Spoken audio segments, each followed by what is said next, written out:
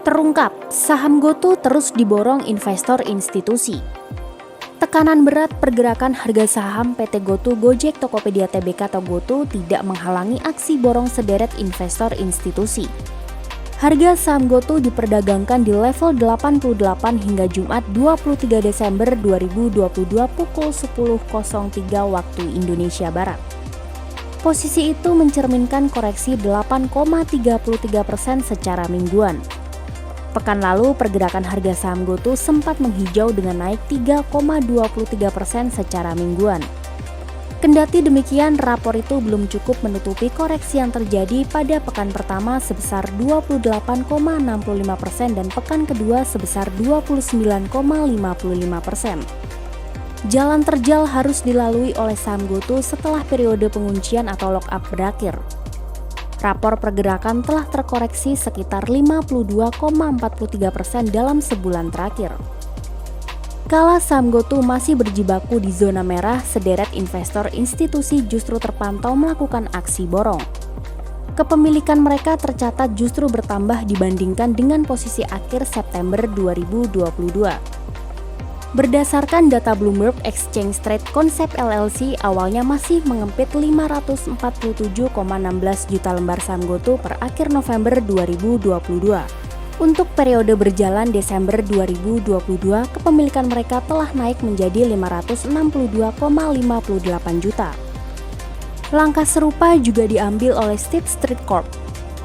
Kepemilikan saham GoTo mereka telah bertambah dari 293,68 juta akhir November 2022 menjadi 299,57 juta periode berjalan Desember 2022. FundX Associate Corp juga terpantau rajin memborong saham GoTo sepanjang Desember 2022. Terkini, kepemilikan mereka telah naik dari 152,16 juta per akhir bulan lalu menjadi 244,50 juta. Terakhir ada nama Northern Lights Fund Trust yang awalnya masih mengempit 54,46 juta lembar saham GoTo pada akhir November 2022. Data Bloomberg menunjukkan kepemilikan telah bertambah menjadi 55,16 juta untuk Desember 2022. Manajemen GoTo Gojek Tokopedia sebelumnya telah menyampaikan langkah-langkah strategis memperbaiki margin untuk memperpanjang napas perseroan. Direktur GoTo Gojek Tokopedia Jacky Lo mengatakan GoTo telah memperkuat langkahnya agar bisa mandiri secara finansial.